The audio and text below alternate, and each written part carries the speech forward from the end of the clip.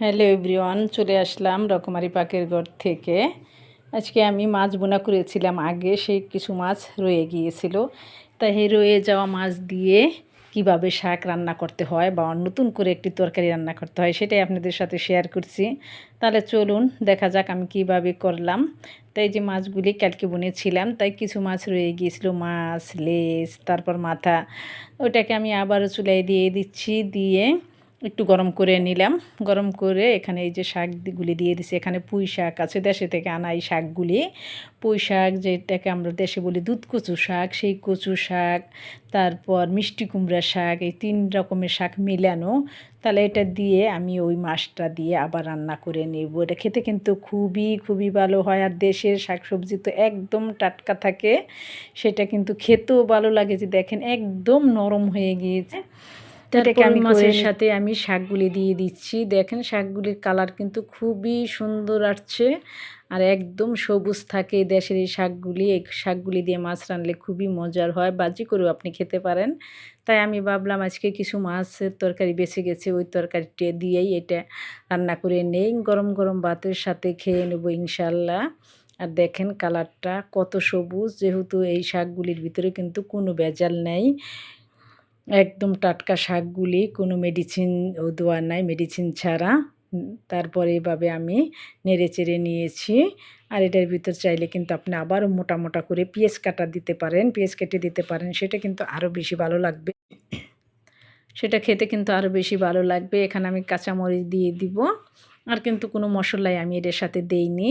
আর শাকের ভিতরে কিন্তু সবসময় হালকা মশলা দিবেন, তাহলে শাকগুলি দেখতেও ভালো লাগে, কালার সুন্দর থাকে, খেতেও ভালো লাগে। তারপরে যে আমি এইভাবে কষিয়ে নেওয়ার পর সামান্য একটু পানি দিয়ে দিব, আর যেটা কিন্তু কোনো ঝোল রাখবো না, একদম শুকনা শুকনা থাকবে। তারপরে কাটা কুটা যাই থাকে বেছে খাবেন। আশা করি রেসিপিটি ভালো লাগবে। ভালো লাগলে ভিডিওটি শেয়ার করে অন্যকে দেখার সুযোগ করে দিবেন।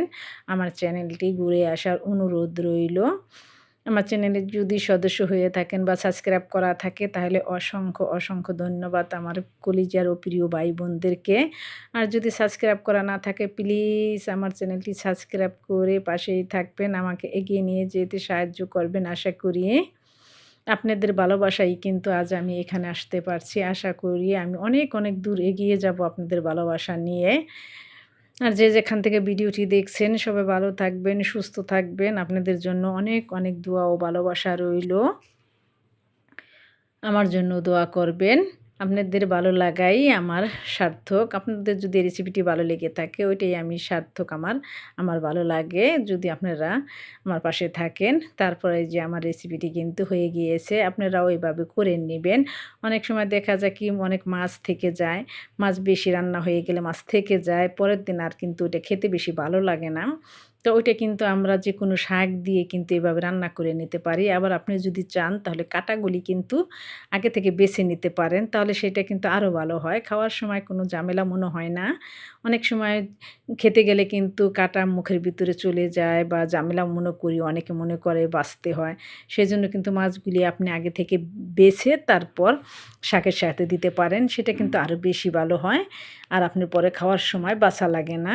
আশা করি যেটি আপনার ভালো লাগে আপনি সেভাবে রানবেন। আর আমি এখানে কিন্তু অল্প একটু পানি দিয়ে দিলাম, যাতে শাকের ডাঁটাগুলি যেন সিদ্ধ হয়ে যায়। এইটা পানিটা যখন একদম শুকিয়ে যাবে, একটু ভিজা ভিজা টাইপের থাকবো, তখন নামিয়ে নিব। আর গরম গরম ভাতের সাথে খেয়ে দেখবেন, কমেন্ট করে আমাকে জানাবেন আপনাদের কাছে কেমন লাগছে। আমার কিন্তু এটা খেতে খুবই ভালো লাগে, আর আমি যেহেতু শাক সবজি পাগল, সেজন্য শাক সবজি আমার কাছে খুবই ভালো লাগে। গরম গরম ভাতের সাথে আমি খুবই পছন্দ করে খেয়ে থাকি। আপনারাও খেয়ে দেখবেন। আর দেখেন কালারটাও ভালো আসছে। আর এখানে কিন্তু আমি আলু দিইনি, যেগুলি আলুর টাইপের মতো লাগছে সাদা সাদা, ওগুলি হয়েছে পু কচু শাকের ডাঁটাগুলি। ডাঁটাগুলি মনে হয় এখন আলুর মতো হয়ে আছে। তাই ভালো থাকবেন সবাই। আমার চ্যানেল ঘুরে আসবেন, আমার চ্যানেলে অনেক অনেক রেসিপি আছে। আজকে বিদায় নিচ্ছি, আল্লাহ।